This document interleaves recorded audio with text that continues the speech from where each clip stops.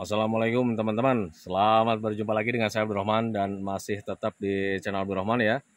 Dan masih tetap juga mengupas tentang seputaran gangguan asam lambung dan sensitif psikosomatis. Nah, di season kali ini saya akan share video tentang gangguan asam lambung dan sensitif psikosomatis ini terasa berat gitu teman-teman ya, karena jujur ya, untuk orang-orang yang terkena gangguan asam lambung dan sensitif psikosomatis pasti merasakan sensasi yang tidak nyamannya itu udah begitu lama. Kemudian ya kita beranggapan ini wajar sebetulnya ya, kalau seandainya kita beranggapan kita merasakan bahwa gangguan asam lambung dan sensitif psikosomatis itu terasa berat gitu teman-teman ya. Nah makanya bagi teman-teman yang sekarang sedang mengalami hal tersebut, tolong tonton videonya sampai habis, jangan di skip biar kalian nanti mengerti, biar kalian nanti paham, dan ketika mengerti dan paham kalian bisa menanganinya dengan mudah, kemudian terasa ringan gangguan asam lambung dan sensitif psikosomatis ini. Nah itu teman-teman, makanya tolong tonton videonya sampai habis, jangan di skip.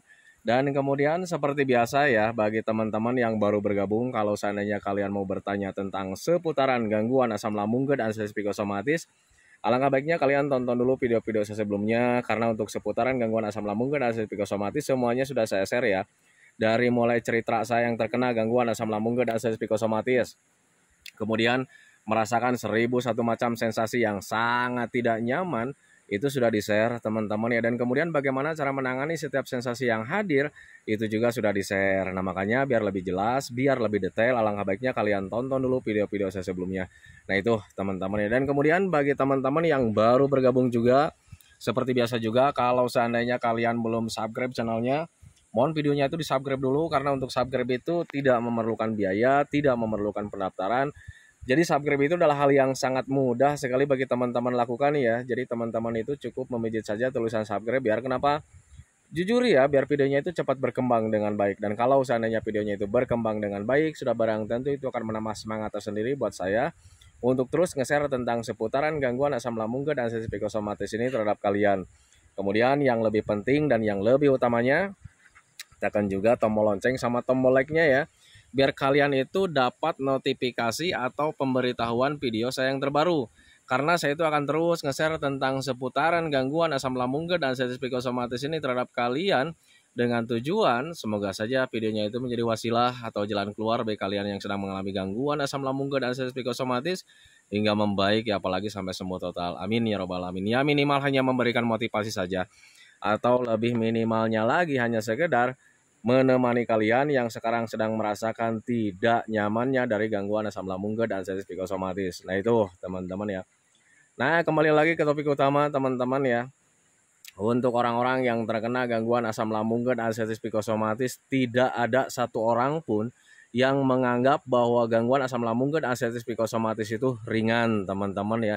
Jadi mereka itu termasuk saya dulu juga gitu teman-teman ya, itu menganggap bahwa gangguan asam lambung dan sensitif psikosomatis itu berbahaya dan kemudian penyakit yang berbahaya. Nah itu teman-teman ya. Dan itu merupakan hal yang sangat wajar kalau seandainya orang yang belum sembuh total dari gangguan asam lambung dan sensitif psikosomatis menganggapnya seperti itu teman-teman ya.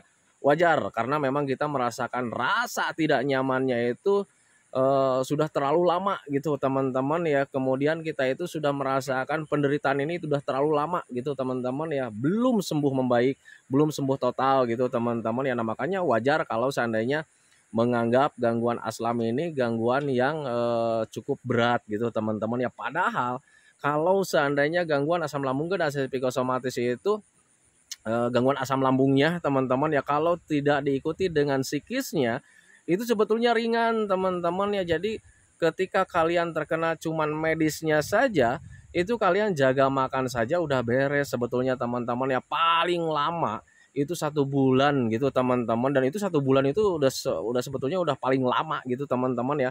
Nah tetapi kenapa orang yang terkena gangguan asam lambung itu mempunyai perasaan tidak nyaman, sensasinya sering hadir bolak-balik setiap harinya, bahkan sudah berbulan-bulan, ada yang bertahun-tahun teman-teman ya. Perlu kalian ketahui teman-teman ya, nah itu yang memberatkan kalian teman-teman ya, karena ada psikis yang terganggu, ada pemikiran yang terganggu, ada perasaan yang terganggu. Nah itu teman-teman ya, kalau seandainya kalian perasaannya, pikirannya tidak terganggu teman-teman ya, kalian cuman tok asam lambung saja gitu teman-teman ya, 1 bulan juga kalian udah beres sebetulnya teman-teman ya. Nah makanya bagi teman-teman yang sekarang sedang terkena gangguan asam lambung dan psikosomatis, kemudian sudah bertanya-tanya kapan nih sembuh nih, kok ini udah lama nih. Perlu kalian ketahui teman-teman ya, jadi kalian itu terkena gangguannya itu bukan satu gangguan, bukan di medis saja, tetapi ada psikis yang terganggu. Walaupun kadang untuk psikis itu jarang kita sadari teman-teman ya. Wah saya itu psikisnya nggak terganggu Pak. Nah psikis yang terganggu di sini itu bukan psikis kalian itu mendekati gila, bukan teman-teman ya. Ada stres di situ. Pak tapi saya itu nggak stres. Untuk orang stres jarang menyadarinya teman-teman ya. Padahal tanpa disadari setiap harinya itu kita stres teman-teman ya. Ya mungkin kita itu stres terhadap tentang penyakit. Nah apa saya itu banyak pikirannya justru saya itu karena memang ini udah lama nggak membaik. Nah di situ teman-teman ya itu letak stres kalian. Nah itu, nah makanya ketika kalian stres terhadap penyakit, terhadap gangguan yang kalian alami teman-teman ya, justru di situ nanti akan menjadi lingkaran setan ya.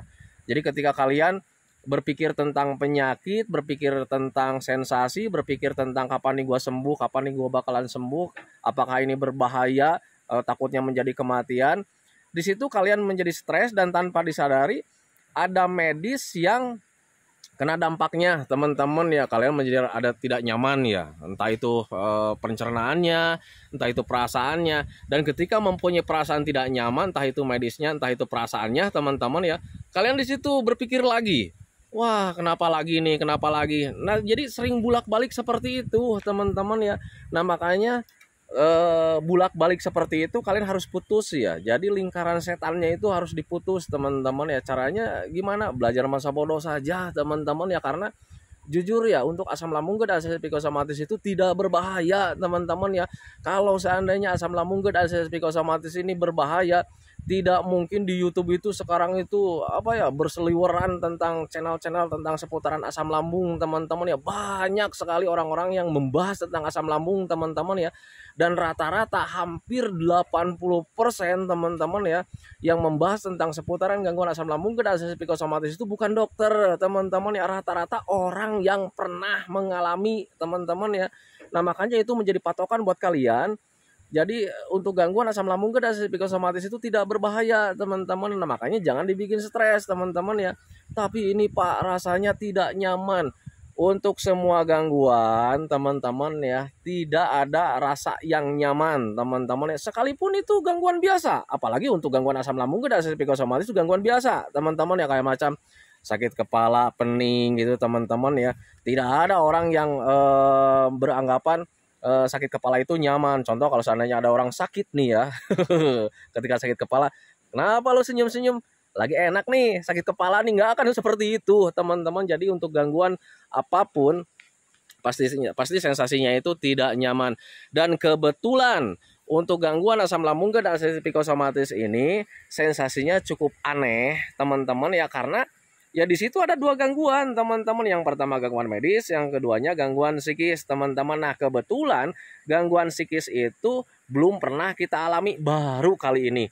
Nah makanya ketika kita baru mengenal rasanya, nah makanya kita beranggapan aneh teman-teman ya, kok rasanya gini ya, ada cemasnya, ada was-wasnya, ada gelisahnya, ada rasa tidak nyamannya.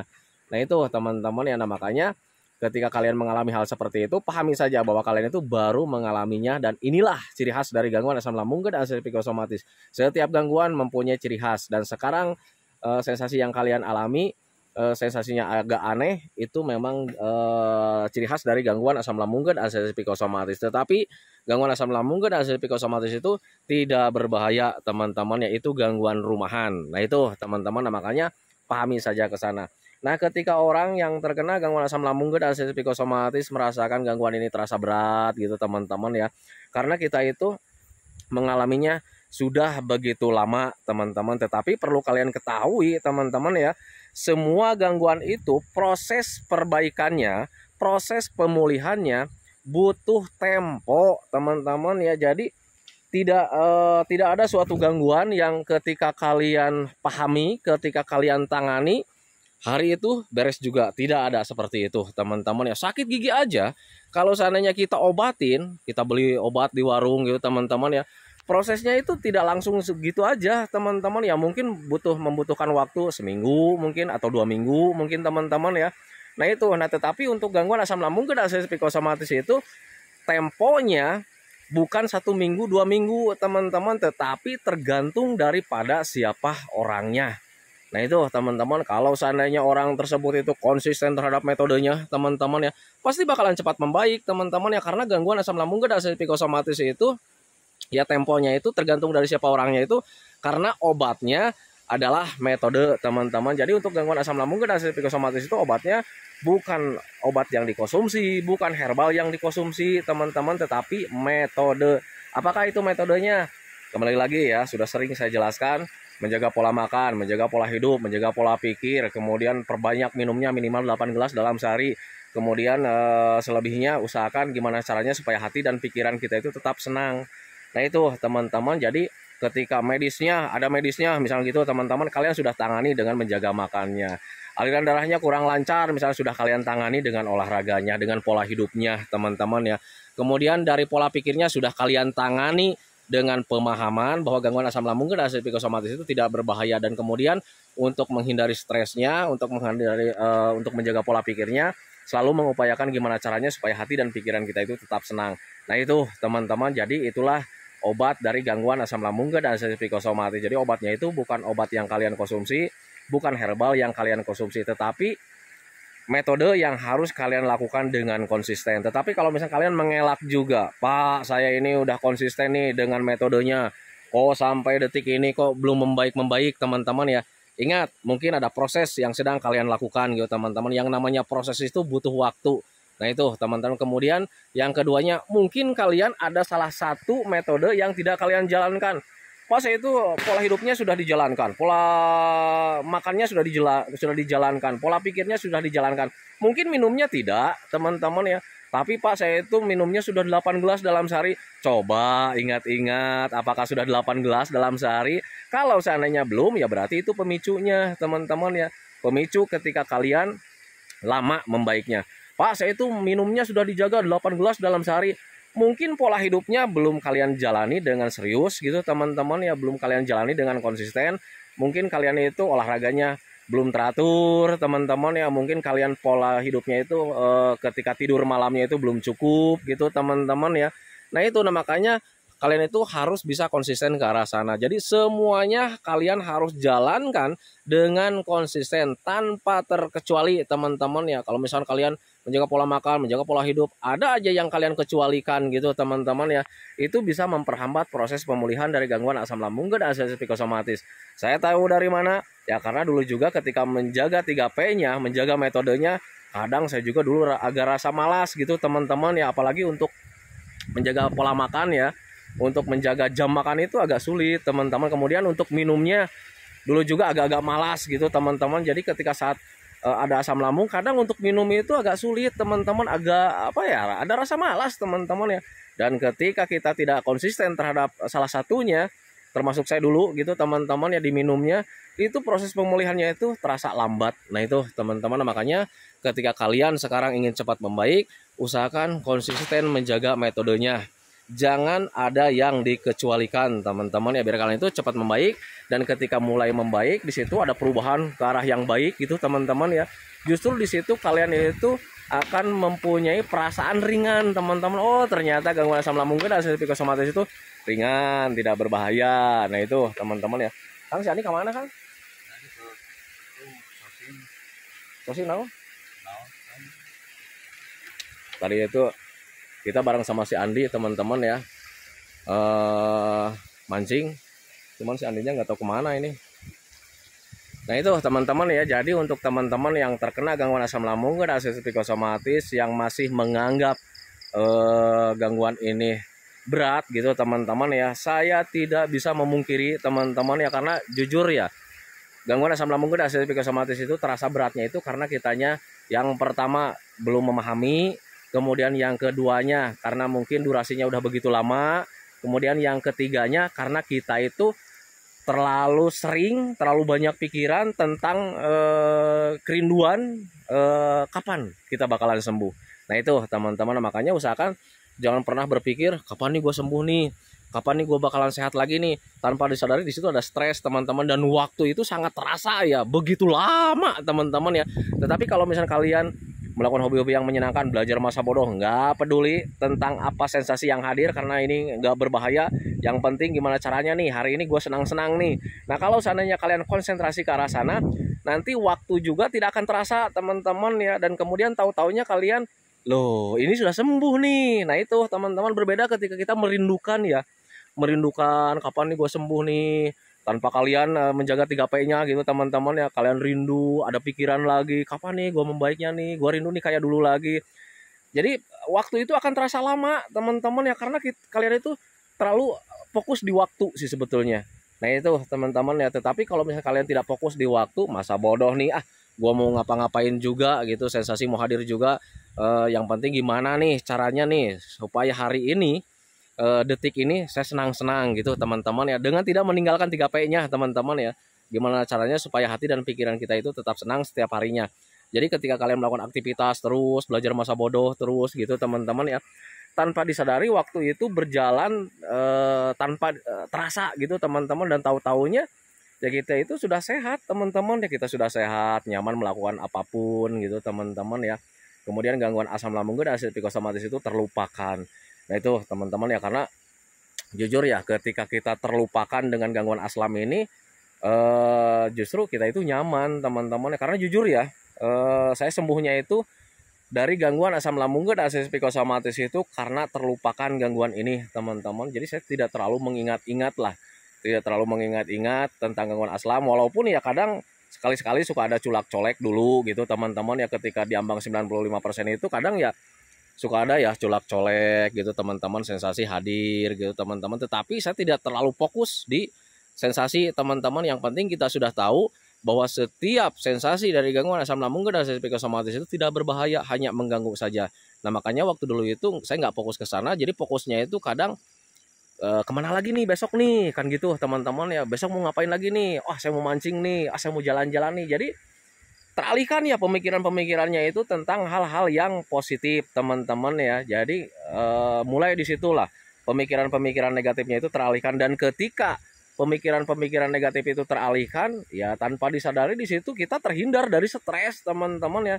Jadi stres itu pemicu kita itu menjadi tidak nyaman teman-teman ya. 99% pengaruh dari pola pikir kita itu yang yang selalu mengganggu terhadap keadaan kita teman-teman ya.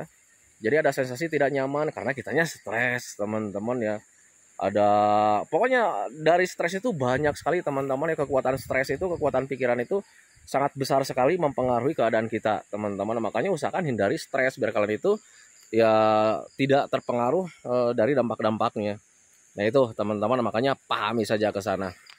Oh ya teman-teman ya, nanti malam kalau seandainya nggak hujan, saya akan live. Karena kemarin itu sebetulnya rencana saya mau live teman-teman ya, kalian bisa nanti bertanya di sana. Cuman waktu malam tadi itu saya nggak bisa live karena ya hujannya besar teman-teman ya. Jadi audionya terganggu. Nah makanya kemarin itu saya nggak live. Nah makanya bagi teman-teman yang sekarang nih ingin bertanya, kemudian pengen ada jawaban, kalian ingin sharing bareng langsung gitu teman-teman ya, kalian bisa nanti ikuti live saya teman-teman ya, antara di setelah sholat maghrib sampai setelah sholat isya teman-teman ya. Dan sebetulnya saya itu kalau live di malam hari itu gak boleh teman-teman ya, karena justru nanti akan mengganggu tidur kalian teman-teman ya. Karena jujur untuk orang Islam itu tidur di malam hari itu harus cukup minimal 8 jam dalam satu malam. Tetapi karena memang waktu saya itu bisanya jam-jam segitu teman-teman ya, jadi saya live-nya itu ya jam segitu. Jadi mohon maaf sekali kalau seandainya live saya nanti malah nanti akan mengganggu kalian teman-teman ya. Nah tetapi kalau misalkan di sini atau bisa kak di ini di sawah live bisa teman-teman ya. Cuman ya kalau di sawah itu kadang sayanya kan sambil nyangkul teman-teman ya, sambil babat-babat rumput teman-teman ya. Jadi belum bisa live. Kalau seandainya saya nanti live-nya itu sambil babat-babat rumput sambil nyangkul, gimana nanti membaca kolom komentar teman-teman ya. Nah makanya saya nggak live ketika ada di sawah, kecuali kalau lagi santai kayak macam dulu tuh ketika mancing gitu teman-teman ya, saya bisa live teman-teman ya. Nah tetapi karena hari ini saya bekerja di sawah, kemudian jam-jam segini udah waktunya pulang, Nah makanya sambil jalan sambil pulang itu saya bikin video teman-teman ya, kayak macam si Akang tuh lagi jalan dia mau pulang. Dari tadi saya lagi bekerja dia mancing, udah kekenyangan mancingnya kali ya. Dapat banyak tuh dia tuh.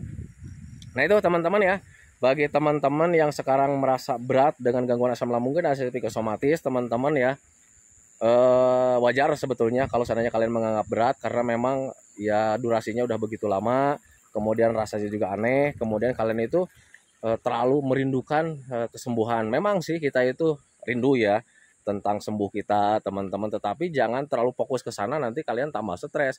Alangkah baiknya kalian nggak usah dipikirin lah, yang penting gimana caranya nih supaya kalian itu hari ini dan seterusnya itu selalu mengupayakan gimana caranya supaya hati dan pikiran tetap senang. Nah itu teman-teman, nah, makanya pahami saja ke sana. Nah itu teman-teman ya videonya, semoga saja videonya itu menjadi wasilah buat kalian, semoga saja videonya itu menjadi pencerahan buat kalian. Ya minimal hanya sekedar menemani kalian lah yang sekarang sedang merasakan tidak nyamannya dari gangguan asam lambung dan sensitif psikosomatis. Kemudian seperti biasa sebelum saya akhiri videonya, saya selalu mendoakan sama teman-teman itu semoga saja teman-teman itu cepat sehat lagi, cepat sembuh lagi, cepat kembali lagi keadaan kalian yang dulu, baik semangatnya, moodnya, tertawanya, pokoknya kehidupan kalian yang berwarna itu semoga saja cepat kembali lagi, karena memang saya yakin 100% bahwa keadaan kalian yang dulu itu sangat dirindukan sekali. Nah itu teman-teman ya. Kemudian doakan saya juga teman-teman ya, agar saya itu tetap sehat, tetap kuat, tetap ceria, agar masih bisa tetap menemani kalian. Nah itu teman-teman ya, saya hentikan videonya teman-teman ya.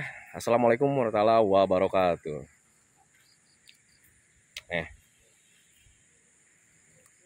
Para pemancing sejati. Senang gak? Senang tuh? Wah, nang banyak ya. Dapat 2 kresek. Para pemancing sejati. Assalamualaikum warahmatullahi wabarakatuh.